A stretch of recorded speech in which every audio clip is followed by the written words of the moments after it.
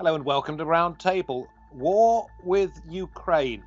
Russia has amassed military equipment and an estimated 100,000 combat-ready troops within striking distance of the Ukrainian border. Will the West stand by Ukraine against Vladimir Putin? Well, Kiev's accused Berlin of blocking the supply of weaponry as it struggles to beef up its military capabilities. But some NATO allies are concerned that Moscow may see the sale of arms as provocation.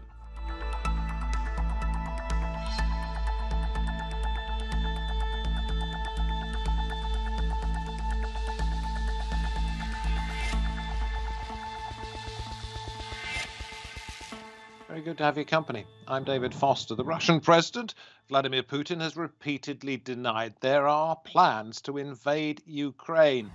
But in scenes resembling 2014, when Russia seized the peninsula of Crimea in a conflict that killed more than 14,000 people, satellite images show a buildup of Russian forces on Ukraine's border and inside occupied territory. However, Putin is seeking what he calls concrete agreements that NATO would not incorporate Ukraine into the alliance or deploy its forces there, an expansion described as a red line for Moscow. Well, in an attempt to de-escalate the situation, the US President Joe Biden and Vladimir Putin held a video conference, but little, if any, progress was made, and the mood between the two sides, it remains strained. International allies like the United States and the EU have voiced their support for Ukraine, but will that be enough? So is Russia already planning an imminent incursion, or merely posturing to win geopolitical sway? Or is it ramping up the pressure merely to get its way? Okay, let's get the conversation going. I can introduce to you, first of all, Katharine Quinn-Judge, who's consulting senior analyst on Ukraine for the think tank Crisis Group. She's just left Ukraine, currently in the United States. We go further south down to the state of Virginia in the USA, and welcome Bill Taylor, former ambassador to Ukraine from 2006 to 2009 and acting ambassador to Ukraine from June 2019 to January 2020. And then to Russia, to Yekaterinburg. And we welcome Alexandra Fillipenko, Senior Research Fellow at the Russian Academy of Science. Great to have you all on Roundtable. Katharine, let me come to you first of all, because it's not that long ago that you went up to the Donbass region and spoke to people living in that area, to the Ukrainian soldiers who are there, very close to the border with Russia, said to be 100,000 Russian troops just across inside that part of the former Soviet Union. So tell me, what is the mood of the people up there? What sense did you get of them thinking conflict might come? So yeah, let's just be clear about the fact that there has been a war there since 2014, since spring of 2014. Its hottest stage ended with the signing of the second Minsk agreements in February 2015. However, there has never been peace there, right? So when we talk about the possibility of conflict, we're not talking about something hypothetical. We're talking about an escalation of what's already there, generally. The mood there is, I would say, very subdued and very resigned, which has a lot to do with the fact that people have been living in a sort of slow-moving nightmare for all these years. No one I spoke to expected a dramatic escalation, but that has a lot to do, again, with the fact that people are mentally exhausted and largely very skeptical of any information they hear sort of coming from more than a few degrees away from, their immediate circle. And if there is, as you say already, there is a war, but if there is an invasion by a large number of Russian forces, do they expect any help from the outside? My work is very civilian focused. So I did meet with a few soldiers while I was up there, but most of my interactions were with civilians. When it comes to civilians, I wouldn't say that there is expectation of assistance from the outside. There is, in some cases, fear of assistance from the outside, fear that any assistance coming from the outside could escalate what is already a volatile situation and lead their lives to become even more, mired in conflict and unpredictable. When it comes to the military people I interacted with, It depends. Some people were saying that they expected, that they thought that Biden was really understanding, the threat that the Russians were posing, and that, some serious help was on the way. Others were more skeptical, saying that, that the U.S. and other Western powers are happy to sort of praise Ukraine as this front line between, the civilized world and, and the Russian hordes. But on the other hand, when it came to actually, putting their blood on the line, there wasn't a whole lot of willingness. Others suggested that the status quo would hold because it was sort of beneficial to all sides, and that a slow-moving conflict meant sort of indefinite, low-level support from the West for the Ukrainians, and indefinite support for the Russians from their proxies fighting across the line. Bill Taylor, former ambassador, I'm going to come to you in just a second, but Katharine there mentioned the expectation of some kind of support. So we're now going to hear from the US president and from Josep Borrell, who runs foreign affairs, if you like, for the European Union. It would depend upon what the rest of the NATO countries were willing to do as well. But the idea the United States is going to unilaterally use force to confront Russia invading Ukraine is not in the cards right now. In any case, we will send a clear signal that any aggression against Ukraine will have a high cost for Russia if this happens. But now we are trying to do our best in order to prevent this from happening. And Bill, they're both sort of saying, yes, we might help. There might be something we could do. What might that be? The assistance that the Europeans and the Americans are talking about comes in several forms. There's direct military assistance that, as you know, has been flowing to Ukraine from the United States and other countries, other NATO allies, since 2014. This military assistance has been in the form of weapons, it's been in the form of training, it's been in the form of other equipment, radios. This has been accelerated over the past year, and there's more being delivered right now, and there's the expectation that more will come. So that's on the military side. The assistance that the Europeans and the Americans are talking about very seriously is also comprised of sanctions on the Russians if they should decide to invade again. If Mr. Putin decides to send his forces that are numerous, as we know, as you pointed out, on the other side of the border, into Ukraine again, then there will be very severe sanctions. I'm convinced that these will be sanctions, as the president has said, as Secretary of State Blinken has said. These are unlike sanctions that the Russians have experienced to date. There are sanctions imposed. There have been sanctions imposed on the Russians, as you know, after their annexation, their attempted illegal annexation of Crimea, as well as their intervention and continued occupation of Donbass. But the sanctions that are being discussed and are being planned and are being prepared by the Europeans and Americans will be much broader and harsher than those. So those are the kinds of assistance, both positive and negative, that the Europeans and the Americans are preparing to support Ukraine. I'm going to come back to that particular point about the effectiveness of any sanctions a little bit later, because we've got some figures that show that Russia is relatively wealthy at the moment. It has currency reserves, it has a booming agricultural industry. It may not get hurt quite as much as many people might suspect, but that is for a little bit later, because I want to bring in Alexandra at this particular point. Russian, you are, Alexandra, but you have Ukrainian background, so there you are in Russia, taking a look at what's happening in what was at one point your mother country. What do you think? It's very difficult to see what's going on, because I believe that for almost all Russians, Ukraine has always been a brotherly nation. In Russian, there's the saying that Ukraine is a brotherly nation, and Kiev, the capital of Ukraine, is the mother of all Russian cities. So a lot of Russians do believe, and it's in Russian DNA, to believe that Russians and Ukrainians are closest friends, closest allies, just like United States and Canada But it's a double-edged sword, because having this view on Ukraine makes a lot of Russians, including the presidential administration right now, including the Kremlin, see Ukraine as part of Russia. We know that Ukraine had been the part of the Soviet Union, and even though the Soviet Union collapsed in 1991, still a lot of Russians see Ukraine and Belarus, the Republic of Belarus, also an independent country, as maybe even a part of Russia. So it's quite a difficult situation right now for many Russians. On the other hand, propaganda works really well, Russian propaganda, I mean, and now some Russians believe that Ukrainians are somehow dangerous for Russia, and Ukraine poses a threat for Russian national interest.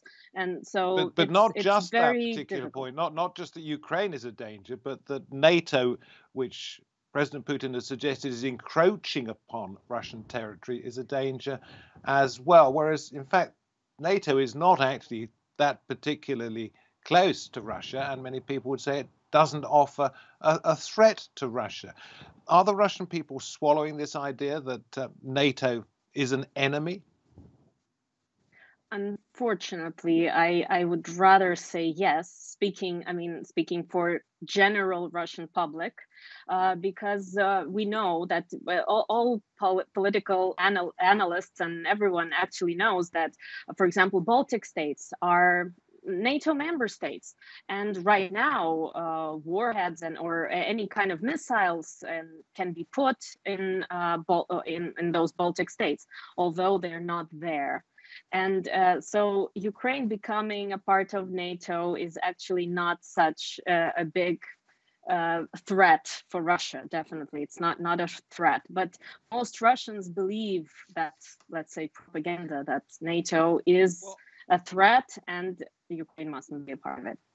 Well, why don't we hear from President Putin, and then I'll go back to Katharine.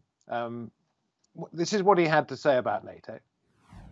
NATO infrastructure has been inevitably getting closer to our borders, and now we see missile defence systems in Poland and Romania, and we have every reason to believe that the same will happen if Ukraine is admitted to NATO, but then it will already be on Ukrainian territory. Katharine, the point here is that Ukraine is nowhere near being admitted to NATO. This is the view that President Putin wants to put out largely to the Russian people and perhaps to some other countries as well. But what does Ukraine expect from NATO if there is any kind of major incursion by Russian forces? What Ukraine would expect from NATO and what Ukraine would like from NATO, I think, are two very different things. I think that, again, on the front lines, very few people are expecting substantial help from NATO in terms of a substantial infusion of either advisors or some sort of more serious sort of presence of personnel. On the other hand, there is already the expectation, which is founded, of further assistance from the U.S., as Bill Taylor has alluded to. This would include sort of a redoubling of infusions of weapons such as the Javelins, which the anti-tank missiles, which the U.S. has been providing since the Trump era now, and a redoubling of sort of the infusion of defensive equipment and sort of better, equipment to help them stave off. Do the people in Ukraine believe that outside forces will come to help them, or do they think they'll just get assistance from the outside and they'll be left on their own to take on 100,000 or more Russian troops? I haven't spoken to a single person who thinks that outside forces will come in. And I'm sorry, do carry on. No, I should clarify. I have spoken to some people living in the areas to the east of the front line, which are controlled by Russian proxies in Donbass.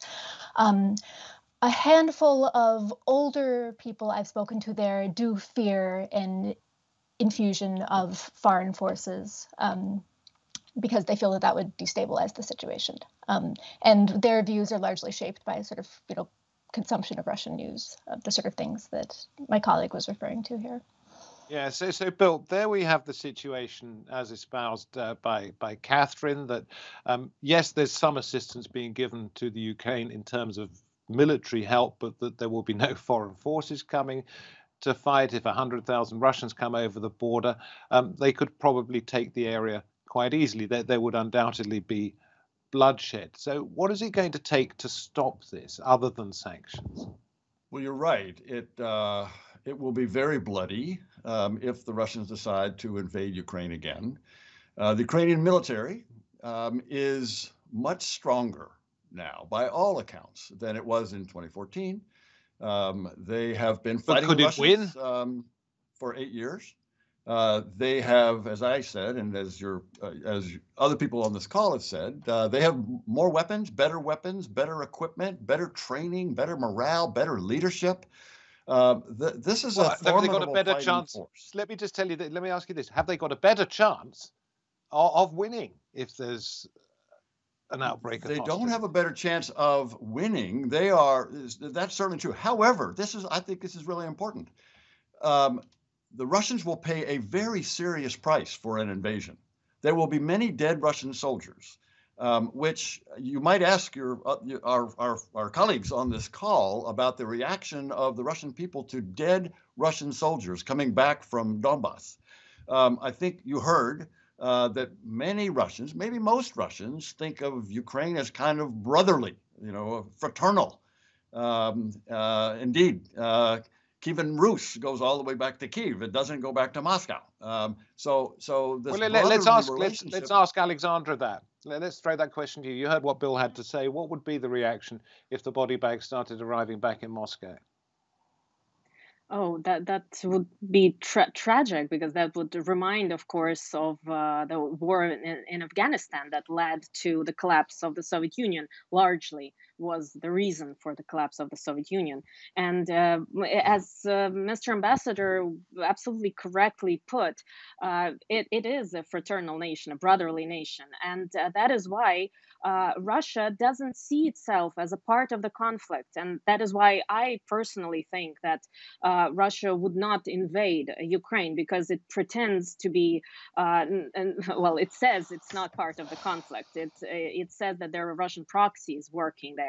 We know that Mr. Erdogan asked Mr. Putin whether he needs some assistance in talks with Ukraine. And Mr. Putin replied that he doesn't need to talk to Ukraine because it's an internal affair that's happening in Ukraine. So, of course, a war and body bags coming back to Russia, that would be a tragedy, especially if it's from Ukraine, from a brotherly, from a fraternal nation. So, Katharine, I'm not ignoring you. I will come to you in just a second, but I want to go back to Bill, because, Mr. Ambassador, you believe an invasion is more likely than not. I think you've put it at 55-45.